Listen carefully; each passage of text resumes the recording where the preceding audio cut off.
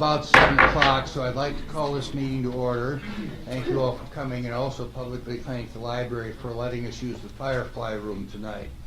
For those of you whom I haven't met, I'm your Congressman Sensenbrenner. So with any further ado, first up in this part of the meeting.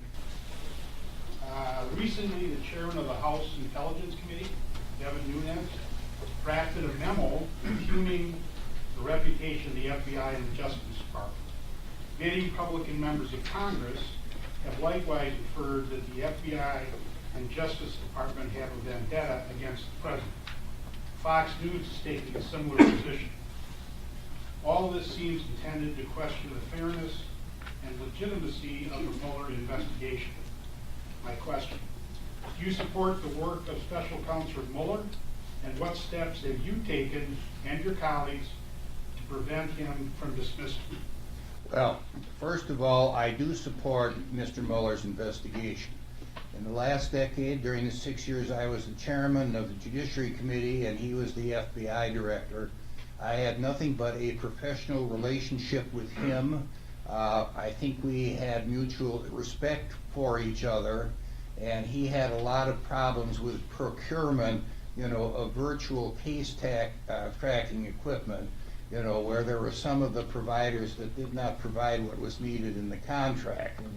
We talked about this, asked for my forbearance, and said that he was planning on referring some of these matters to the civil division to have a civil lawsuit to recoup the money that had been paid. So the answer to that question is yes, I support Bob Mueller. Now, I have read the Nunes memo after it was released. There was nothing in the Nunes memo that related to the Mueller investigation. As far as Mr. Mueller's continued work in that position, under the Constitution, that is entirely an executive branch responsibility under the Appointments Clause of the U.S. Constitution. So even if Congress should pass legislation prohibiting his firing, I believe that would be struck down very quickly by a federal court, because the president does have plenary power, to make these types of appointments, and if he wants to hire somebody, he can fire somebody. I hope the president does not do that with Mr. Mueller. So nothing has really been done to protect him in any particular way, because you don't think there is any way? I don't think there's anything that constitutionally can be done.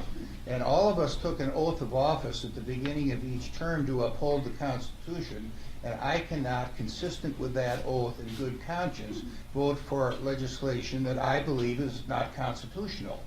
And, there have been recent Supreme Court cases that, attempted to take away the Appointments Clause and prevent the firing of somebody who was appointed by a president, and the federal courts have said that those laws are unconstitutional.